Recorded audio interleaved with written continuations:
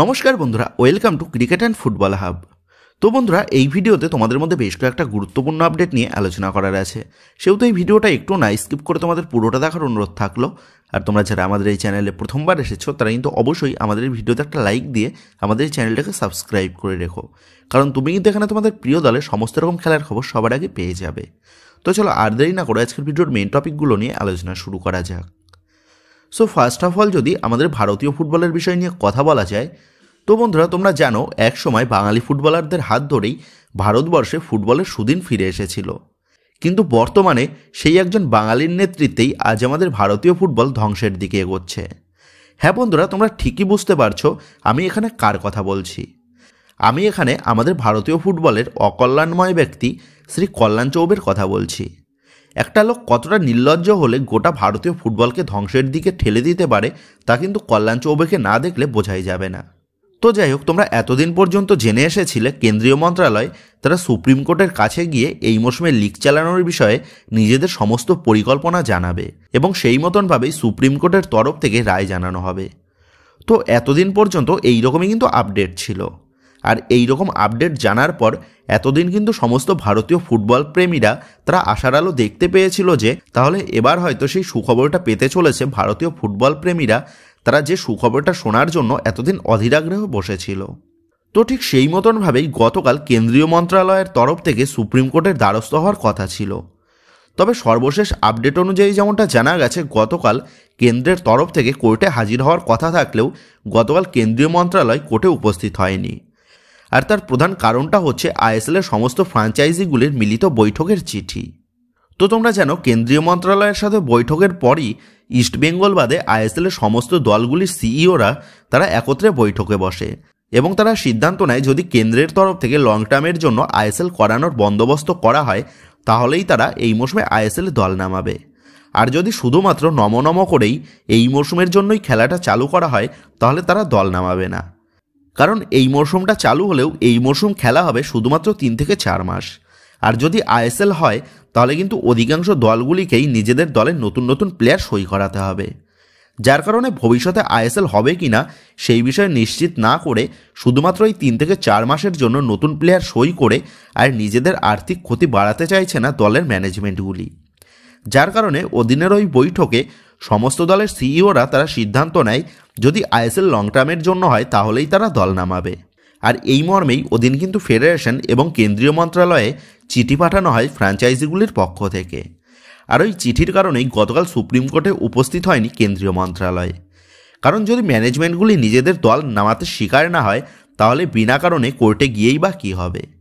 যার কারণে বর্তমানে কেন্দ্রীয় মন্ত্রণালয় চেষ্টা চালাচ্ছে যদি লং টার্মের জন্য কোনো উপযুক্ত ইনভেস্টর পাওয়া যায় ভারতীয় ফুটবলে ইনভেস্ট করার জন্য।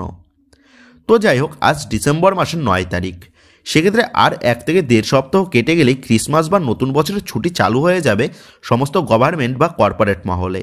যার কারণে আগামী এই 1 থেকে 1.5 সপ্তাহটাই সলিড টাইম পাওয়া যাবে ভারতীয় ফুটবলকে বাঁচিয়ে রাখার জন্য। কারণ জানুয়ারি থেকে যদি লিগ চালু করার পরিকল্পনা থাকে তাহলে কিন্তু এই মাসের মধ্যে সমস্ত কিছু সর্ট আউট করতে হবে এবং এই মাসের মধ্যে সমস্ত কিছু সর্ট আউট করে এই মাসের শেষের দিকেই আইএসএলের ফিক্সচারটাও কিন্তু ঘোষণা করতে হবে। তবে শর্ট টাইমের মধ্যে লং টার্মের জন্য ইনভেস্টর খুঁজে লিগ চালু করাটা আদতেও কতটা সম্ভব সেই নিয়েও কিন্তু থাকছে যথেষ্ট ধোঁয়াশা। সেক্ষেত্রে এখন একটাই রাস্তা কিন্তু খোলা থাকছে ভারতীয় ফুটবলকে আবারও আগের মতো চালু করার ক্ষেত্রে, আর তা হলো নতুন টেন্ডারে যে সমস্ত নতুন পয়েন্টগুলো অ্যাড করা হয়েছিল, অর্থাৎ প্রমোশন বা রেলিগেশন থেকে শুরু করে বার্ষিক 37.5 কোটি টাকা, তো এই সমস্ত পয়েন্টগুলো সরিয়ে দিয়ে যদি 2 থেকে 1 দিনের মধ্যে নতুন করে টেন্ডার ডাকা হয় তাহলেই হয়তো নতুন ইনভেস্টর খুঁজে পাওয়া সম্ভব। তবে আবার নতুন ইনভেস্টরের কথা বলতে গেলে শুধুমাত্র এফএসডিএলই কিন্তু প্রবলভাবে আগ্রহী ভারতীয় ফুটবল মহলে ইনভেস্ট করার জন্য। সেক্ষেত্রে আমার মতে বলে এফএসডিএলের সাথে বসে তারা কী চায় এবং তাদের চাহিদা অনুযায়ী বার্গেনিং করে পুনরায় এফএসডিএলের হাতে দায়িত্ব তুলে দেওয়া হোক। তাতে অন্তত এআইএফএফের পকেটে কম টাকা ঢুকলেও ভারতীয় ফুটবলটা তো বেঁচে থাকবে। তো বন্ধুরা, তোমরাও যদি আমার এই কথাতে সহমত হও তাহলে অবশ্যই তার নিচে কমেন্ট করে জানিয়ে দিও। তো যাই হোক, এবার পরবর্তী আপডেটগুলো নিয়ে আলোচনা করার আগে তোমাদের কাছে একটাই অনুরোধ থাকলো, তোমরা যারা যারা আমাদের এই ভিডিওটা দেখছো কিন্তু এখনও পর্যন্ত আমাদের ভিডিওতে একটা লাইক করোনি বা লাইক করতে ভুলে গেছো, তারা অবশ্যই আমাদের এই ভিডিওতে একটা লাইক করে দিও। আর রোজ রোজ ভারতীয় ফুটবল রিলেটেড এইরকম এক্সক্লুসিভ আপডেটগুলো সবার আগে পাওয়ার জন্য যারা এখনও পর্যন্ত আমাদের চ্যানেলটাকে সাবস্ক্রাইব করনি তারা আর কিসের দেরি করছো, তারা এখনই আমাদের চ্যানেলটাকে সাবস্ক্রাইব করে আমাদের পরিবারের সাথে যুক্ত হয়ে যেও। সো এবার নেক্সট আপডেটটা উঠে আসছে ইস্টবেঙ্গলকে নিয়ে। তো তোমরা জানো গত পরশুদিন এফসি গোয়ার কাছে পেনাল্টিতে হেরে এই মৌসুমের সুপার কাপের ট্রফিটা অধরাই কিন্তু থেকে গেল ইস্টবেঙ্গলের কাছে। আইএসএলে পদার্পণ করার পর থেকে শুধুমাত্র গত মরশুমেই একটা ভালো মানের দল গঠন করতে দেখা গেছে ইস্টবেঙ্গল ম্যানেজমেন্টকে, যার কারণে এই দল নিয়ে হাজারো স্বপ্ন দেখে এসেছিল গোটা লাল হলুদ সমর্থকরা। কিন্তু এই মরশুমে আইএফএসএল থেকে শুরু করে সুপার কাপ প্রতিটা টুর্নামেন্টেই তীরে এসে তরি ডুবে গিয়ে রীতিমতন হতাশ লাল হলুদ সমর্থক মহল। তবে যে শুধুমাত্র সমর্থক মহলই হতাশ তেমনটা নয়, সমর্থকদের পাশাপাশি ট্রফির দেখা না পেয়ে রীতিমতন হতাশ হতে দেখা গেল লাল হলুদ হেড স্যার অস্কার ব্রুজনকেও। সুপার কাপের ফাইনাল ম্যাচ হেরে ওদিন রাতে চুপচাপ টিম হোটেলে ফিরে ডিনার টেবিলে বসে কোচ অস্কার ব্রুজনকে বলতে শোনা যায় তিনি ভুল দল গঠন করেছেন। আর শুধুমাত্র এইটুকু বলেই নিজেই নিজের বাড়ি ফেরার বিমানের টিকিট কেটে গোয়ার টিম হোটেল থেকেই তিনি কিন্তু রওনা দেন স্পেনের উদ্দেশ্যে। আইএসএল আবারও কবে থেকে চালু হবে তা সঠিকভাবে না জানার জন্য ইস্টবেঙ্গল ম্যানেজমেন্ট অনির্দিষ্টকালের জন্য নিজেদের প্র্যাকটিস বন্ধ রাখার সিদ্ধান্ত নেয়, যার কারণে সুপার কাপের ট্রফিটা হাতছাড়া হওয়ার পর দলের একাধিক প্লেয়ার যে যার বাড়িতে ফিরে গেছে। তবে ভারতীয় ফুটবল আবারও চালু হওয়ার পর দলের সমস্ত প্লেয়াররা আবারও শিবিরে ফিরলেও কোচ অস্কার ব্রুজন তিনি আর ইস্টবেঙ্গল শিবিরে ফিরবেন নাকি তা কিন্তু তিনি এবার নিজের বাড়ি থেকেই সিদ্ধান্ত নেবেন। সেক্ষেত্রে এখন এটাই দেখার বিষয় হবে সমস্ত হতাশা কাটিয়ে কোচ অস্কার ব্রুজন তিনি আবারও ইস্টবেঙ্গলের দায়িত্বভার নিজের কাঁধে তুলে নেন নাকি বারংবার ট্রফি জয়ের হতাশাকে সঙ্গী করে ইস্টবেঙ্গলকে বিদায় দেওয়ার সিদ্ধান্ত নেন কোচ অস্কার ব্রুজন। তো চিরপ্রতিদ্বন্দ্বী দল ট্রফির দেখা না পেলে যেমন প্রতিপক্ষ দলের সমর্থকরা কটাক্ষ করে, তো ঠিক তেমনই এবার কিন্তু সেই একই রকমভাবে ইস্টবেঙ্গলের উদ্দেশ্যে ব্যঙ্গ করতে শোনা গেল মোহনবাগান দলের অজি তারকা জেসন কামিংসের মুখ থেকেও। গতকাল মোহনবাগানের অনুশীলন দেখার জন্য উপস্থিত হয়েছিল একাধিক বাগান সমর্থকরা, এবং গতকালের ওই অনুশীলন শেষেই বাগান সমর্থকরা জেসন কামিংসকে বলে ইস্টবেঙ্গল তারা সুপার কাপ হেরে গেছে। আর সমর্থকদের ওই বার্তা পাওয়ার পরই জেসন কামিংসকে বলতে শোনা যায় একটা ব্যঙ্গাত্মক ছন্দে ইস্টবেঙ্গল আবারও হেরেছে। সুতরাং সমর্থক মহলের পাশাপাশি মোহনবাগান দলের প্লেয়াররাও যে সুপার কাপ হারার জন্য ইস্টবেঙ্গলকে ব্যঙ্গ করছে তা কিন্তু বলাই যায়।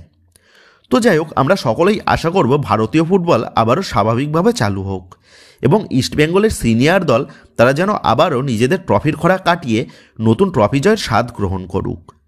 তো একদিকে যেমন ইস্টবেঙ্গলের সিনিয়র দল তারা বারংবার ট্রফির হাতছাড়া করছে, সেখানে দাঁড়িয়ে বাংলার আরেক প্রধান মোহনবাগান তারা কিন্তু নিজেদেরকে সেরা দল হিসাবে প্রমাণ করেছে। গত মৌসুমে আইএসএলের লিগ শিল্ড থেকে শুরু করে আইএসএলের কাপ চ্যাম্পিয়ন এবং এই মৌসুমে আইএফএ শিল্ড জয় করে মোহনবাগান দল নিজেদের ট্রফি ক্যাবিনেটে ট্রফির সংখ্যা বাড়ানোর পাশাপাশি ভারতীয় ফুটবলের সেরা এবং সফলতম দল হিসাবে নিজেদের প্রমাণ করেছে। এবং আগামীতেও দলের নতুন হেড কোচ সার্জিও লোবেরার নেতৃত্বে মোহনবাগান দল চেষ্টায় থাকবে আরও সফলতা অর্জন করে নিজেদের সাফল্যের চূড়ায় নিয়ে যেতে। তো যাই হোক, কোচ সার্জিও লোবেরার প্রসঙ্গে আসলে সমর্থক মহলে এখন একটাই প্রশ্ন, কোচ সার্জিও লোবেরা তিনি কবে ভারতে আসবেন? কারণ গত 1 তারিখ থেকে মোহনবাগান দল তারা অনুশীলনে নেমে পড়লেও দলের নতুন হেড কোচ সার্জিও লোবেরা তিনি কিন্তু এখনও শিবিরে উপস্থিত হতে পারেননি। আর তার প্রধান কারণ হিসাবে জানা গেছে তার ভিসা সংক্রান্ত সমস্যা, যার কারণে বর্তমানে দাঁড়িয়ে সকল বাগান সমর্থকদের মনের মধ্যে একটাই প্রশ্ন, কোচ সার্জিও লোবেরা তিনি কবে শিবিরে যোগ দেবেন। তো এই বিষয়ে আমাদের গত ভিডিওতেও তোমাদের জানিয়েছি এই সপ্তাহের মধ্যেই কোচ সার্জিও লোবেরা শহরে আসার সম্ভাবনা প্রবল। আর ঠিক সেই মতনভাবেই বর্তমানে দাঁড়িয়ে মোহনবাগান ম্যানেজমেন্ট সূত্র মারফত যেমনটা খবর জানা গেছে, কোচ সার্জিও লোবেরার ভিসা সংক্রান্ত সমস্যা দ্রুত মিটে যাওয়ার পথে, এবং যেমনটা আপডেট আগামী বৃহস্পতিবার নাগাদ কলকাতায় পা দিতে পারেন কোচ সার্জিও লোবেরা। এবং কোচ সার্জিও লোবেরার পাশাপাশি একই সাথে শহরে পা দেবেন মোহনবাগান দলের নতুন হাই প্রোফাইল সহকারী কোচ ডেভিড দেও গার্সিয়া। সুতরাং এটা বলাই যায় সব কিছু ঠিকঠাক থাকলে আগামী সপ্তাহের শুরুর দিকেই নতুন হেড কোচের নেতৃত্বে অনুশীলনে নেমে পড়তে পারে মোহনবাগান দল।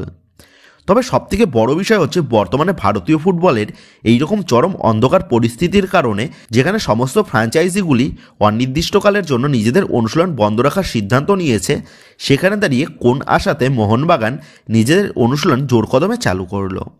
সেক্ষেত্রে আমরা সকলেই আশা করব দ্রুত যেন ভারতীয় ফুটবলের এই অন্ধকারময় সময়টা কেটে আশার আলো জাগে এবং মোহনবাগানের পাশাপাশি বাকি সমস্ত দলগুলিও নিজেদের অনুশীলন শুরু করে ভারতীয় ফুটবলকে সচল করে তোলে। তো যাই হোক বন্ধুরা, এই ভিডিওতে এই আপডেটগুলো নিয়েই তোমাদের মধ্যে আলোচনা করার ছিল। তো আশা করি ভিডিওটা তোমাদের ভালো লেগেছে। তো যদি ভিডিওটা ভালো লেগে থাকে তাহলে ভিডিওতে লাইক দিয়ে চ্যানেল সাবস্ক্রাইব করে পাশে থাকা বেল আইকনটা অবশ্যই প্রেস করে দিও।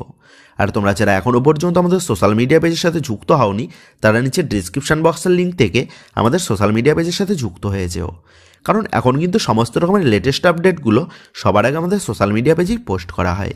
আর তোমরা এখন ফেসবুক এবং ইনস্টাগ্রামে গিয়ে তোমরা আমাদের এই চ্যানেলের নাম লিখে সার্চ করলেও তোমরা কিন্তু আমাদের ফেসবুক এবং ইনস্টাগ্রাম পেজটাও খুঁজে পেয়ে যাবে। সেক্ষেত্রে তোমরা তোমাদের প্রিয় দলের সমস্ত রকম লেটেস্ট আপডেট সবার আগে জানার জন্য এবং আমাদের সাথে সরাসরি যে কোনো বিষয়ে কথা বলার জন্য তোমরা অবশ্যই আমাদের সোশ্যাল মিডিয়া পেজের সাথে যুক্ত হয়ে যেও। তো বন্ধুরা, এই ভিডিওটা এটুকুই ছিল। তো আসি বন্ধুরা, দেখা হচ্ছে পরের ভিডিওতে।